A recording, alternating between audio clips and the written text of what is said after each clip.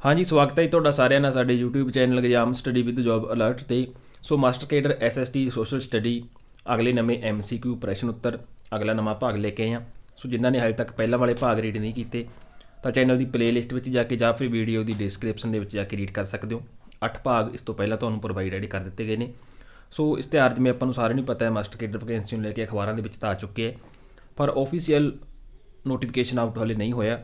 ਪਤਾ ਨਹੀਂ ਕਿਸ ਕਾਰਨ ਜਿਹੜੀ ਇਹ ਦੇਰੀ ਹੋ ਰਹੀ ਹੈ, ਪਰ ਨੋਟੀਫਿਕੇਸ਼ਨ ਆਊਟ ਜ਼ਰੂਰ ਹੋਏਗਾ। ਇੱਦਾਂ ਦਾ ਨਹੀਂ ਹੈ ਕਿ ਇਕੱਲਾ ਅਖਬਾਰਾਂ ਦੇ ਵਿੱਚ ਹੀ ਆ ਗਿਆ, ਪਰ ਨੋਟੀਫਿਕੇਸ਼ਨ ਆਊਟ ਜ਼ਰੂਰ ਹੋਏਗਾ। ਕਦੋਂ ਹੋਏਗਾ ਇਸ ਦਾ ਹਜੇ ਕੁਝ ਪਤਾ ਨਹੀਂ ਚੱਲ ਰਿਹਾ, ਪਰ ਜ਼ਿਆਦਾ ਦਿਨ ਨਹੀਂ ਲੱਗਣਗੇ, ਜਲਦੀ ਜਿਹੜਾ ਇਹ ਨੋਟੀਫਿਕੇਸ਼ਨ ਹੈ ਆਊਟ ਹੋ ਜਾਏਗਾ। ਤਾਂ ਸਟਾਰਟ ਕਰਦੇ ਹਾਂ ਜੀ ਅਗਲੇ ਪ੍ਰਸ਼ਨ ਉੱਤਰ। ਤਾਂ ਪ੍ਰਸ਼ਨ ਨੰਬਰ 154 ਤੋਂ ਸਟਾਰਟ ਕਰਾਂਗੇ। ਦੱਖਣੀ ਭਾਰਤ 'ਤੇ ਹਮਲਾ ਕਰਨ ਵਾਲਾ ਪਹਿਲਾ ਮੁਸਲਿਮ ਸ਼ਾਸਕ ਕੌਣ ਸੀਗਾ? ਸੋ ਮੁਸਲਿਮ ਸ਼ਾਸਕ ਹੈ, ਇੱਥੋਂ ਆਨਸਰ ਹੈ ਗੈਸ ਕਰ ਲਿਆ ਕਰੋ, ਟਿਕ ਕਰਨਾ ਸੌਖਾ ਹੋ ਜਾਂਦਾ ਹੈ। ਜਿਸ ਨੇ ਦੱਖਣ ਭਾਰਤ 'ਤੇ ਹਮਲਾ ਕੀਤਾ ਸੀ ਅਤੇ ਉਹ ਪਹਿਲਾ ਮੁਸਲਿਮ ਸ਼ਾਸਕ ਕਿਹੜਾ ਸੀਗਾ? ਤਾਂ ਉਹ ਸੀਗਾ ਜੀ ਅਲਾਉਦੀਨ ਖਿਲਜੀ। ਇਹ ਪਹਿਲਾ ਮੁਸਲਿਮ ਸ਼ਾਸਕ ਹੋਇਆ ਦੱਖਣੀ ਭਾਰਤ 'ਤੇ ਪਹਿਲਾ ਹਮਲਾ ਕਰਨ ਵਾਲਾ। ਅਗਲਾ ਪ੍ਰਸ਼ਨ ਹੈ ਅਸ਼ਟਮਾਰਗ ਕੀ ਹੈ? 8 ਰਸਤਿਆਂ ਦਾ ਇਕੱਠ, ਜੈਨ ਧਰਮ ਦੀਆਂ ਸਿੱਖਿਆਵਾਂ ਦਾ ਇਕੱਠ, ਮਹਾਤਮਾ ਬੁੱਧ ਦੀ ਨੈਤਿਕ ਗੱਲਾਂ, ਜਾਂ ਨਰਮਦਾ ਅਤੇ ਤਾਪਤੀ ਨਦੀ ਦਾ ਵਿਚਕਾਰਲਾ ਖੇਤਰ। ਤਾਂ ਅਸ਼ਟਮਾਰਗ ਹੈ ਜਿਹੜਾ ਇਹ ਮਹਾਤਮਾ ਬੁੱਧ ਦੀਆਂ ਨੈਤਿਕ ਗੱਲਾਂ ਨੇ। ਆਪਸ਼ਨ ਡੀ ਸਾਡਾ ਰਾਈਟ ਆਨਸਰ ਆਏਗਾ। ਸੋ ਅਸ਼ਟਮਾਰਗ ਕਿਹਨੂੰ ਕਿਹਾ ਜਾਂਦਾ ਹੈ? ਜਿਵੇਂ ਸੱਚਾ ਕਰਮ, ਸੱਚਾ ਵਿਚਾਰ, ਸੱਚਾ ਵਿਸ਼ਵਾਸ, ਸੱਚਾ ਰਹਿਣ ਸਹਿਣ, ਸੱਚਾ ਵਚਨ, ਸੱਚਾ ਯਤਨ, ਸੱਚਾ ਧਿਆਨ, ਸੱਚੀ ਸਮਾਧੀ। ਇਹ ਅਸ਼ਟਮਾਰਗ ਨੇ, ਇਹਨਾਂ ਨੂੰ ਹੀ ਅਸ਼ਟਮਾਰਗ ਦਾ ਜਿਹੜਾ ਨਾਮ ਹੈ ਦਿੱਤਾ ਗਿਆ ਨੇ, ਅਤੇ ਮਹਾਤਮਾ ਬੁੱਧ ਦੀਆਂ ਇਹ ਨੈਤਿਕ ਗੱਲਾਂ ਨੇ। ਅਗਲਾ ਪ੍ਰਸ਼ਨ ਹੈ ਮਹਾਜਨਪਦ ਕੀ ਸੀਗਾ?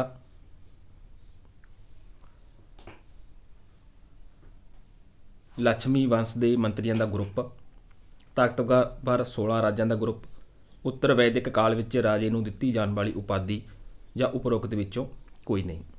ਤਾਂ ਜਿਹੜਾ ਮਹਾਜਨਪਦ ਸੀਗਾ ਇਹ ਤਾਕਤਵਰ ਜੋ 16 ਰਾਜ ਸੀਗੇ ਤਾਂ ਇਹਨਾਂ ਦਾ ਗਰੁੱਪ ਸੀਗਾ, ਤਾਕਤਵਰ 16 ਰਾਜਾਂ ਦਾ ਗਰੁੱਪ, ਜਿਸ ਨੂੰ ਮਹਾਜਨਪਦ ਕਿਹਾ ਜਾਂਦਾ ਸੀ।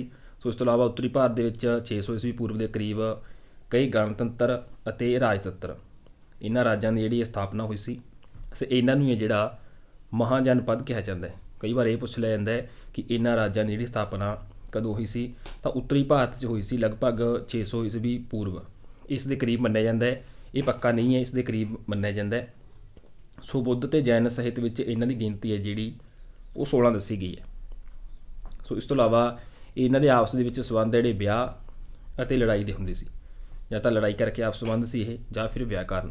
ਇਹ ਦੋ ਕਾਰਨ ਦੇ ਵਿੱਚ ਆਪਸ ਵਿੱਚ ਸੰਬੰਧਿਤ ਸੀਗੇ। ਸੋ ਤਾਕਤਵਰ 16 ਰਾਜਾਂ ਦਾ ਇਹ ਗਰੁੱਪ ਸੀਗਾ, ਜਿਸ ਨੂੰ ਮਹਾਜਨਪਦ ਦਾ ਨਾਮ ਹੈ ਜਿਹੜਾ ਦਿੱਤਾ ਗਿਆ ਸੀ। ਅਗਲਾ ਪ੍ਰਸ਼ਨ ਹੈ ਪਾਟਲੀਪੁੱਤਰ ਸ਼ਹਿਰ ਦਾ ਆਧੁਨਿਕ ਨਾਮ ਕੀ ਹੈ? ਵੈਸ਼ਾਲੀ, ਇਲਾਹਾਬਾਦ, ਲਖਨਊ, ਜਾਂ ਫਿਰ ਪਟਨਾ। ਤਾਂ ਪਾਟਲੀਪੁੱਤਰ ਸ਼ਹਿਰ ਹੈ ਜਿਹੜਾ, ਤਾਂ ਇਸ ਦਾ ਆਧੁਨਿਕ ਯਾਨੀ ਕਿ ਹੁਣ ਦਾ ਨਾਮ ਹੈ ਜਿਹੜਾ ਉਹ ਪਟਨਾ ਹੈ। ਆਪਸ਼ਨ ਸੱਸਾ ਰਾਈਟ ਆਨਸਰ ਬਣੇਗਾ। ਸੋ ਕਈ ਵਾਰ ਇਹ ਵੀ ਪੁੱਛ ਲਿਆ ਜਾਂਦਾ ਉਲਟਾ ਕੇ, ਇਸੇ ਕੁਐਸਚਨ ਨੂੰ ਘੁਮਾ ਦਿੱਤਾ ਜਾਏਗਾ ਪਟਨਾ ਸ਼ਹਿਰ ਦਾ ਪੁਰਾਣਾ ਨਾਮ ਕੀ ਹੈ? ਤਾਂ ਆਪਸ਼ਨ ਦੇ ਵਿੱਚ ਪਾਟਲੀਪੁੱਤਰ ਆ ਜਾਏਗਾ। ਸੋ ਇਹ ਜ਼ਰੂਰ ਯਾਦ ਰੱਖਿਓ। ਸੋ ਇਹ ਨਾਂ ਸੀ ਜਿਹੜਾ ਪਟਨਾ ਨੂੰ ਸ਼ੇਰ ਸ਼ਾਹ ਸੂਰੀ ਨੇ ਇਸ ਨੂੰ ਪੁਨਰ ਸਥਾਪਿਤ ਕਰਕੇ ਦਿੱਤਾ ਸੀ। ਤੀਜੀ ਜੋ ਬੌਧ ਸੰਗਤੀ ਸੀ 255 ਈਸਵੀ ਪੂਰਵ ਵਿੱਚ ਰਾਜਾ ਅਸ਼ੋਕ ਨੇ ਪਾਟਲੀਪੁੱਤਰ ਵਿਖੇ ਕਰਵਾਇਆ ਸੀ। ਮਗਧ ਪ੍ਰਾਂਤ ਅਤੇ ਚੰਦਰਗੁਪਤ ਮੌਰੀਆ ਦੀ ਰਾਜਧਾਨੀ ਸੀ ਜਿਹੜੀ ਉਹ ਵੀ ਪਾਟਲੀਪੁੱਤਰ ਸੀ। ਅਗਲਾ ਪ੍ਰਸ਼ਨ ਹੈ ਕਲਿੰਗ ਜਾਂ ਕਲਿੰਗਾ ਦਾ ਯੁੱਧ ਕਦੋਂ ਹੋਇਆ ਸੀਗਾ? 261 ਈਸਵੀ ਪੂਰਵ, 265 ਈਸਵੀ ਪੂਰਵ, 326 ਈਸਵੀ ਪੂਰਵ, ਜਾਂ ਫਿਰ 321 ਈਸਵੀ ਪੂਰਵ ਦੇ ਵਿੱਚ। ਤਾਂ ਕਲਿੰਗ ਦਾ ਜਿਹੜਾ ਯੁੱਧ ਸੀਗਾ 261 ਈਸਵੀ ਪੂਰਵ ਦੇ ਵਿੱਚ ਹੋਇਆ ਸੀਗਾ। ਆਪਸ਼ਨ ਊੜਾ ਰਾਈਟ ਆਨਸਰ ਬਣੇਗਾ। ਸੋ ਕਲਿੰਗ ਦੇ ਯੁੱਧ ਵਿੱਚ ਰਾਜਾ ਅਸ਼ੋਕ ਨੇ, ਕਲਿੰਗ ਦੇ ਸ਼ਾਸਕ ਸੀ ਜਿਹੜੇ ਖਾਰੇਵਾਲ, ਅਤੇ ਜਿਹੜਾ ਇਹ ਜੈਨ ਧਰਮ ਦਾ ਸਮਰਥਕ ਸੀਗਾ ਖਾਰੇਵਾਲ, ਇਸ ਨੂੰ ਹਰਾਇਆ ਸੀਗਾ ਰਾਜਾ ਅਸ਼ੋਕ ਨੇ। ਅਤੇ ਜਿੱਤਣ ਤੋਂ ਬਾਅਦ ਅਸ਼ੋਕ ਹੈ ਜਿਹੜਾ ਬੁੱਧ ਧਰਮ ਦਾ ਅਨੁਯਾਈ ਬਣ ਗਿਆ ਸੀ। ਕਲਿੰਗ ਰਾਜ ਜਿਹੜਾ ਉੜੀਸਾ ਰਾਜ ਦੇ ਵਿੱਚ ਸਥਿਤ ਹੈ। ਰਾਜਾ ਅਸ਼ੋਕ ਨੇ ਕਲਿੰਗ ਯੁੱਧ ਦਾ ਜਿਹੜਾ ਜ਼ਿਕਰ ਹੈ ਉਹ ਸ਼ਿਲਾਲੇਖ ਦੇ ਵਿੱਚ ਵੀ ਕੀਤਾ ਹੈ।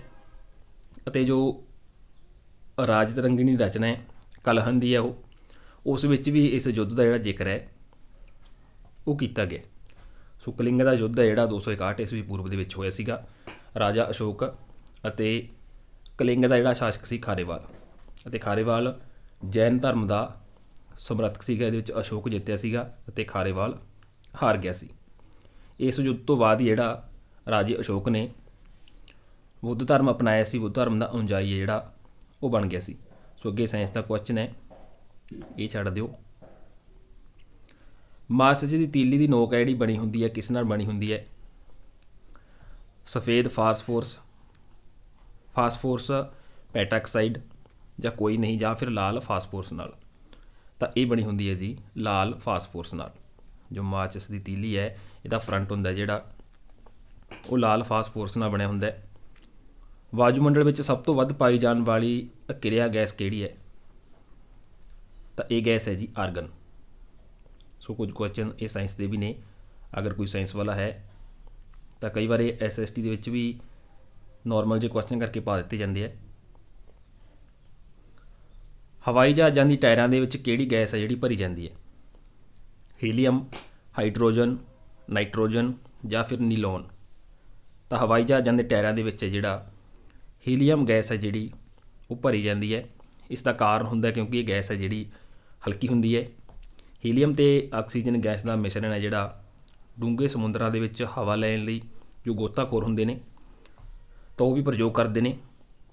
ਹਾਈਡਰੋਜਨ ਗੈਸ ਹੈ ਜਿਹੜੀ ਉਹ ਸਭ ਤੋਂ ਹਲਕੀ ਹੁੰਦੀ ਹੈ ਅਤੇ ਹੀਲੀਅਮ ਗੈਸ ਹੈ ਵੀ ਜਿਹੜੀ ਇਹ ਸਭ ਤੋਂ ਹਲਕੀ ਹੁੰਦੀ ਹੈ, ਇਸ ਕਰਕੇ ਇਹਦਾ ਪ੍ਰਯੋਗ ਹੈ ਜਿਹੜਾ ਜਹਾਜ਼ਾਂ ਦੇ ਟਾਇਰਾਂ ਦੇ ਵਿੱਚ ਕੀਤਾ ਜਾਂਦਾ ਹੈ। ਅਗਲਾ ਪ੍ਰਸ਼ਨ ਹੈ,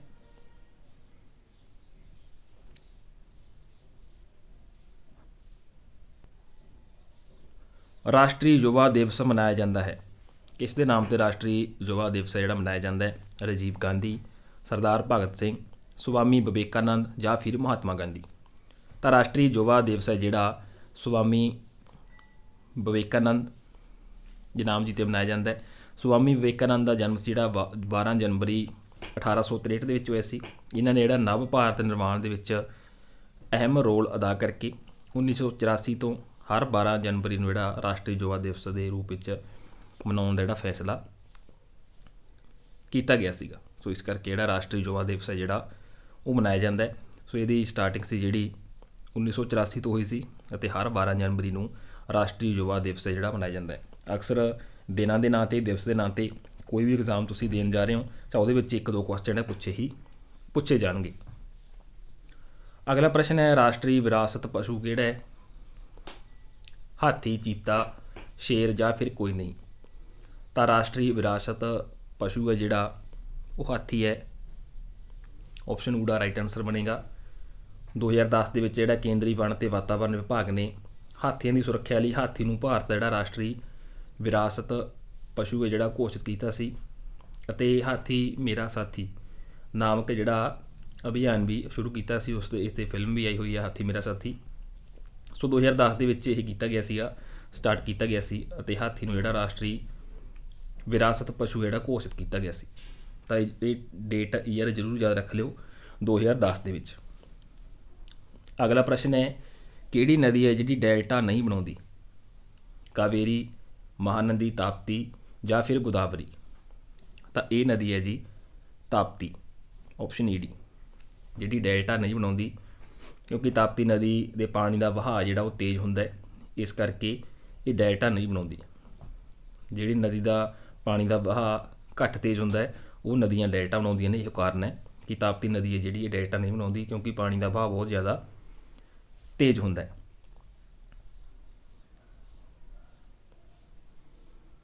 ਅਗਲਾ ਪ੍ਰਸ਼ਨ ਹੈ, ਭਾਰਤ ਦੇ ਕਿੰਨੇ ਰਾਜਾਂ ਨੂੰ ਸਮੁੰਦਰੀ ਤੱਟ ਲੱਗਦਾ ਹੈ? 9, 7, 8 ਜਾਂ ਫਿਰ 6 ਨੂੰ। ਤਾਂ ਇਹ ਲੱਗਦਾ ਜੀ 9 ਨੂੰ, ਆਪਸ਼ਨ ਊੜਾ। ਭਾਰਤ ਦੇ 9 ਰਾਜਾਂ ਨੂੰ ਹੈ ਜਿਹੜਾ ਸਮੁੰਦਰੀ ਤੱਟ ਲੱਗਦਾ ਹੈ। ਕਿਹੜੇ ਕਿਹੜੇ ਹੈ? ਗੁਜਰਾਤ, ਮਹਾਰਾਸ਼ਟਰ, ਗੋਆ, ਕਰਨਾਟਕ, ਕੇਰਲ, ਤਮਿਲਨਾਡੂ, ਆਂਧਰਾ ਪ੍ਰਦੇਸ਼, ਉੜੀਸਾ, ਪੱਛਮੀ ਬੰਗਾਲ। ਅਤੇ ਅਗਰ ਇਹ ਪੁੱਛ ਲਿਆ ਜਾਵੇ ਕਿ ਸਭ ਤੋਂ ਲੰਬਾ ਸਮੁੰਦਰੀ ਤੱਟ ਕਿਸ ਰਾਜ ਨਾਲ ਲੱਗਦਾ ਹੈ ਤਾਂ ਉਹ ਗੁਜਰਾਤ ਨਾਲ ਲੱਗਦਾ ਹੈ ਅਤੇ ਸਭ ਤੋਂ ਘੱਟ ਉਹ ਲੱਗਦਾ ਹੈ ਗੋਆ ਰਾਜ ਨਾਲ। ਸੋ ਇਹ ਵੀ ਪੁੱਛਿਆ ਜਾ ਸਕਦਾ ਹੈ। ਸੋ ਸਮੁੰਦਰੀ ਤੱਟ ਸਭ ਤੋਂ ਲੰਬਾ ਗੁਜਰਾਤ ਅਤੇ ਸਭ ਤੋਂ ਘੱਟ ਗੋਆ ਰਾਜ ਨਾਲ। ਕੁੱਲ 9 ਰਾਜਾਂ ਨਾਲ ਜਿਹੜਾ ਸਮੁੰਦਰੀ ਤੱਟ ਲੱਗਦਾ ਹੈ ਭਾਰਤ ਦੇ ਨਾਲ। ਅਗਲਾ ਪ੍ਰਸ਼ਨ ਹੈ, ਭਾਰਤ ਦੀ ਸਭ ਤੋਂ ਲੰਬੀ ਹੱਦ ਹੈ ਜਿਹੜੀ ਉਹ ਕਿਹੜੇ ਦੇਸ਼ ਨਾਲ ਲੱਗਦੀ ਹੈ? ਚੀਨ, ਪਾਕਿਸਤਾਨ, ਬੰਗਲਾਦੇਸ਼ ਜਾਂ ਫਿਰ ਨੇਪਾਲ ਨਾਲ। ਮੋਸਟ ਇੰਪੋਰਟੈਂਟ ਕੁਐਸਚਨ ਹੈ। ਤਾਂ ਭਾਰਤ ਦੀ ਸਭ ਤੋਂ ਲੰਬੀ ਹੱਦ ਹੈ ਜਿਹੜੀ ਉਹ ਬੰਗਲਾਦੇਸ਼ ਨਾਲ ਲੱਗਦੀ ਹੈ। Option E D right answer ਬਣੇਗਾ। ਸੋ ਬੰਗਲਾਦੇਸ਼ ਨਾਲ ਜਿਹੜੀ 4096 ਕਿਲੋਮੀਟਰ ਲੰਬੀ ਹੱਦ ਹੈ ਜਿਹੜੀ ਲੱਗਦੀ ਹੈ। ਸੈਕਿੰਡ ਨੰਬਰ 'ਤੇ ਚੀਨ ਆਏਗਾ 3917 ਅਤੇ ਤੀਸਰੇ ਨੰਬਰ 'ਤੇ ਪਾਕਿਸਤਾਨ ਆਏਗਾ 3310 ਕਿਲੋਮੀਟਰ। ਸੋ ਸੈਕਿੰਡ ਵਾਲਾ ਵੀ ਪੁੱਛਿਆ ਜਾਂਦਾ, ਦੂਜਾ ਦੇਸ਼ ਵੀ ਪੁੱਛ ਲਿਆ ਜਾ ਸਕਦਾ ਹੈ, ਤੀਜਾ ਵੀ ਪੁੱਛ ਲਿਆ ਜਾ ਸਕਦਾ ਹੈ ਅਤੇ ਪਹਿਲੇ ਦਾ ਕੁਐਸਚਨ ਹੀ ਬਣੀ ਪਿਆ ਸਭ ਤੋਂ ਲੰਬੀ ਹੱਦ ਹੈ ਜਿਹੜੀ ਉਹ ਬੰਗਲਾਦੇਸ਼ ਦੀ ਲੱਗਦੀ ਹੈ। ਅਗਲਾ ਪ੍ਰਸ਼ਨ ਹੈ, ਕਰਕ ਰੇਖਾ ਭਾਰਤ ਦੇ ਕਿੰਨੇ ਰਾਜਾਂ ਦੇ ਵਿੱਚੋਂ ਗੁਜ਼ਰਦੀ ਹੈ? 10, 7, 9 ਜਾਂ ਫਿਰ 8 ਰਾਜਾਂ ਦੇ ਵਿੱਚੋਂ। ਤਾਂ ਕਰਕ ਰੇਖਾ ਜਿਹੜੀ ਭਾਰਤ ਦੇ 8 ਰਾਜਾਂ ਦੇ ਵਿੱਚੋਂ ਗੁਜ਼ਰਦੀ ਹੈ। ਆਪਸ਼ਨ ਸੱਸਾ ਰਾਈਟ ਆਨਸਰ ਬਣੇਗਾ। ਸੋ ਟੋਟਲ ਗਿਣਤੀ ਹੈ ਜਿਹੜੀ ਇਹਨਾਂ ਦੀ 8 ਹੈ। ਅਗਲਾ ਪ੍ਰਸ਼ਨ ਹੈ, ਜਿਹੜਾ ਦੇਸ਼ਾਂਤਰ ਇੰਗਲੈਂਡ ਦੇ ਗ੍ਰੀਨ ਵਿੱਚੋਂ ਲੰਘਦਾ ਹੈ ਉਸ ਨੂੰ ਕੀ ਕਿਹਾ ਜਾਂਦਾ ਹੈ? ਭੂਮੱਧ ਰੇਖਾ, ਮੁੱਖ ਮੱਧਿਅਨ ਰੇਖਾ, ਮਕਰ ਰੇਖਾ ਜਾਂ ਫਿਰ ਕਰਕ ਰੇਖਾ। ਤਾਂ ਇਸ ਨੂੰ ਕਿਹਾ ਜਾਂਦਾ ਜੀ ਮੁੱਖ ਮੱਧਿਅਨ ਰੇਖਾ। ਆਪਸ਼ਨ ਆੜਾ ਜਿਹੜਾ ਦੇਸ਼ਾਂਤਰ ਜਿਹੜਾ ਇੰਗਲੈਂਡ ਦੇ ਗ੍ਰੀਨ ਵਿੱਚੋਂ ਦੀ ਲੰਘਦਾ ਹੈ। ਤਾਂ ਆਪਸ਼ਨ ਆੜਾ ਸਾਡਾ ਰਾਈਟ ਆਨਸਰ ਬਣੇਗਾ। ਅਗਲਾ ਪ੍ਰਸ਼ਨ ਹੈ, ਮੋਸਟ ਇੰਪੋਰਟੈਂਟ ਹੈ, ਚਿਪਕੋ ਅੰਦੋਲਨ ਸੰਬੰਧੀ ਕਿਹੜਾ ਤੱਥ ਹੈ ਜਿਹੜਾ ਉਹ ਸਹੀ ਹੈ? ਹੇਠ ਲਿਖੇ 4 ਕਥਨ ਨੇ, ਇਹਦੇ ਵਿੱਚੋਂ ਕਿਹੜਾ ਸਹੀ ਹੈ?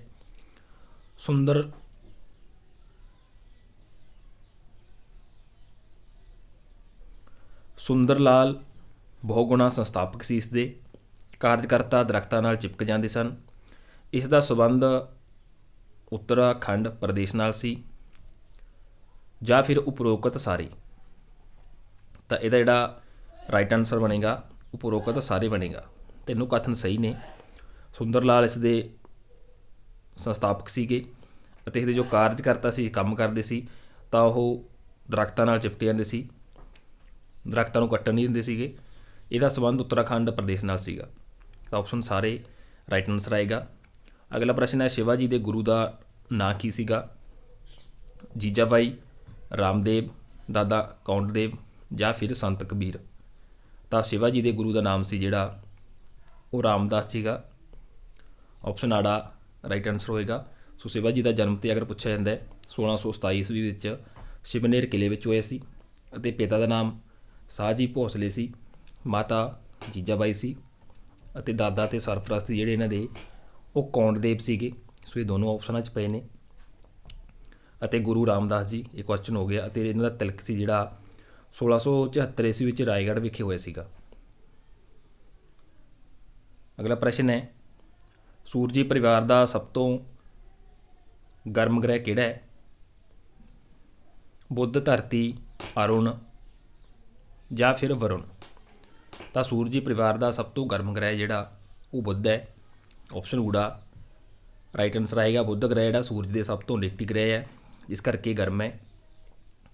ਇਸ ਨੂੰ ਜਿਹੜਾ ਸੂਰਜੀ ਪਰਿਵਾਰ ਦਾ ਸਭ ਤੋਂ ਗਰਮ ਗ੍ਰਹਿ ਕਿਹਾ ਜਾਂਦਾ ਹੈ। ਇਸ ਨੂੰ ਨੰਗੀ ਅੱਖ ਨਾਲ ਹੈ ਜਿਹੜਾ ਵੇਖਿਆ ਜਾ ਸਕਦਾ ਹੈ। ਇਸ ਤੋਂ ਇਲਾਵਾ ਇਸ ਦਾ ਔਸਤ ਵਿਆਸ ਹੈ ਜਿਹੜਾ 4878 ਕਿਲੋਮੀਟਰ ਹੈ। ਇਸ ਗ੍ਰਹਿ 'ਤੇ ਵਾਯੂਮੰਡਲ ਅਤੇ ਪਾਣੀ ਹੈ ਜਿਹੜਾ ਉਹ ਨਹੀਂ ਹਨ, ਇਸ ਕਰਕੇ ਇਸ 'ਤੇ ਜੀਵਨ ਸੰਭਵ ਨਹੀਂ ਹੈ। ਸੋ ਇਹ ਵੀ ਪੁੱਛ ਲਿਆ ਜਾਂਦਾ ਹੈ ਕਿਹੜੇ ਗ੍ਰਹਿ 'ਤੇ ਜੀਵਨ ਸੰਭਵ ਨਹੀਂ ਹੈ? ਤਾਂ ਬੁੱਧ। ਜਾਂ ਇਹ ਪੁੱਛ ਲਿਆ ਜਾਂਦਾ ਕਿਹੜੇ ਗ੍ਰਹਿ 'ਤੇ ਜਿਹੜਾ ਵਾਯੂਮੰਡਲ ਅਤੇ ਪਾਣੀ ਨਹੀਂ ਹੈ? ਤਾਂ ਉਹ ਵੀ ਹੈ ਗ੍ਰਹਿ ਹੈ ਜੀ ਬੁੱਧ। ਆਪਸ਼ਨ ਊੜਾ ਰਾਈਟ ਆਨਸਰ ਬਣੇਗਾ। ਅਗਲਾ ਪ੍ਰਸ਼ਨ ਹੈ, ਆਰੀਆ ਸਮਾਜ ਦੇ ਅਨੁਯਾਈਆਂ ਨੂੰ ਆਪਣੀ ਆਮਦਨ ਦਾ ਕਿੰਨਵਾਂ ਹਿੱਸਾ ਦਾਨ ਕਰਨਾ ਪੈਂਦਾ ਸੀ? 10ਵਾਂ, 100ਵਾਂ, 20ਵਾਂ ਜਾਂ ਫਿਰ 5ਵਾਂ। ਤਾਂ ਜੋ ਆਰੀਆ ਸਮਾਜ ਦੇ ਅਨੁਯਾਈ ਸੀ ਤਾਂ ਇਹਨਾਂ ਨੂੰ ਆਪਣੀ ਆਮਦਨ ਦਾ 100ਵਾਂ ਹਿੱਸਾ ਜਿਹੜਾ ਉਹ ਦਾਨ ਕਰਨਾ ਪੈਂਦਾ ਸੀਗਾ। ਆਰੀਆ ਸ਼ਬਦ ਹੈ ਜਿਹੜਾ ਇਹ ਗ੍ਰੀਕ ਭਾਸ਼ਾ ਤੋਂ ਲਿਆ ਗਿਆ, ਜਿਹਦਾ ਅਰਥ ਹੈ ਕੁਲੀਨ ਜਾਂ ਸਰਵਸ੍ਰੇਸ਼ਟ ਜਾਂ ਫਿਰ ਕਿਸਾਨ ਜਾਂ ਫਿਰ ਉੱਤਮ ਪੁਰਸ਼। ਤਾਂ ਇਹ ਚਾਰੇ ਇਹਦੇ ਅਰਥ ਦੇ ਵਿੱਚ ਆਉਂਦੇ ਨੇ। ਆਰੀਆ ਜਾਤੀ ਦਾ ਭਾਰਤ ਦੇ ਵਿੱਚ ਜਿਹੜਾ ਆਗਮਨ ਹੈ ਤਾਂ ਇਹਦੇ ਬਾਰੇ ਅਲੱਗ-ਅਲੱਗ ਵਿਚਾਰ ਹੈ ਜਿਹੜੇ ਉਹ ਪ੍ਰਚਲਿਤ ਨੇ। ਤਾਂ 100ਵਾਂ ਹਿੱਸਾ ਜਿਹੜਾ ਆਪਣੀ ਆਮਦਨ ਦਾ ਦਾਨ ਕਰਨਾ ਪੈਂਦਾ ਸੀ ਆਰੀਆ ਸਮਾਜ ਦੇ ਵਿੱਚ। ਅਗਲਾ ਪ੍ਰਸ਼ਨ ਹੈ, ਪ੍ਰਿਥਵੀ ਦੇ ਸਭ ਤੋਂ ਨੇੜੇ ਗ੍ਰਹਿ ਕਿਹੜਾ ਹੈ? ਬੁੱਧ, ਸ਼ੁੱਕਰ, ਸ਼ਨੀ ਜਾਂ ਫਿਰ ਮੰਗਲ। ਤਾਂ ਪ੍ਰਿਥਵੀ ਦੇ ਸਭ ਤੋਂ ਨੇੜੇ ਗ੍ਰਹਿ ਹੈ ਜਿਹੜਾ ਉਹ ਮੰਗਲ ਹੈ। ਆਪਸ਼ਨ ਸੱਸਾ ਰਾਈਟ ਆਨਸਰ ਬਣੇਗਾ। ਅਤੇ ਜਿਹੜਾ ਸੂਰਜ ਤੋਂ ਗ੍ਰਹਿਆਂ ਦਾ ਕ੍ਰਮ ਹੈ ਉਹ ਬੁੱਧ, ਸ਼ੁੱਕਰ, ਪ੍ਰਿਥਵੀ, ਮੰਗਲ, ਬ੍ਰਹਿਸਪਤੀ, ਸ਼ਨੀ, ਅਰੁਣ ਅਤੇ ਵਰੁਣ। ਸਭ ਤੋਂ ਵੱਡਾ ਗ੍ਰਹਿ ਪੁੱਛਿਆ ਜਾਵੇ ਤਾਂ ਬ੍ਰਹਿਸਪਤੀ ਹੈ। ਸਭ ਤੋਂ ਨੇੜੇ ਗ੍ਰਹਿ ਹੈ ਉਹ ਬੁੱਧ ਹੈ। ਸੂਰਜ ਦੇ ਸਭ ਤੋਂ ਦੂਰ ਗ੍ਰਹਿ ਉਹ ਵਰੁਣ ਹੈ। ਅਗਰ ਚਮਕੀਲਾ ਗ੍ਰਹਿ ਪੁੱਛਿਆ ਜਾਂਦਾ ਹੈ ਉਹ ਸ਼ੁੱਕਰ ਹੈ। ਅਗਰ ਇਹ ਪੁੱਛਿਆ ਜਾਂਦਾ ਕਿ ਬਿਨਾਂ ਉਪਗ੍ਰਹਿਆਂ ਵਾਲਾ ਗ੍ਰਹਿ ਹੈ ਕਿਹੜਾ ਹੈ ਤਾਂ ਉਹ ਬੁੱਧ ਅਤੇ ਸ਼ੁੱਕਰ ਹੈ। ਅਤੇ ਸਭ ਤੋਂ ਵੱਧ ਉਪਗ੍ਰਹਿ ਵਾਲਾ ਗ੍ਰਹਿ ਕਿਹੜਾ ਹੈ ਤਾਂ ਉਹ ਸ਼ਨੀ ਹੈ। ਸੋ ਇਹਨਾਂ ਗ੍ਰਹਿਆਂ 'ਤੇ ਕੋਈ ਵੀ ਕੁਐਸਚਨ ਜਿਹੜਾ ਪੁੱਛਿਆ ਜਾ ਸਕਦਾ ਹੈ। ਅਗਲਾ ਪ੍ਰਸ਼ਨ ਹੈ, ਕਪਾਹ ਦਾ ਜਨਮਦਾਤਾ ਕਿਸ ਨੂੰ ਮੰਨਿਆ ਗਿਆ?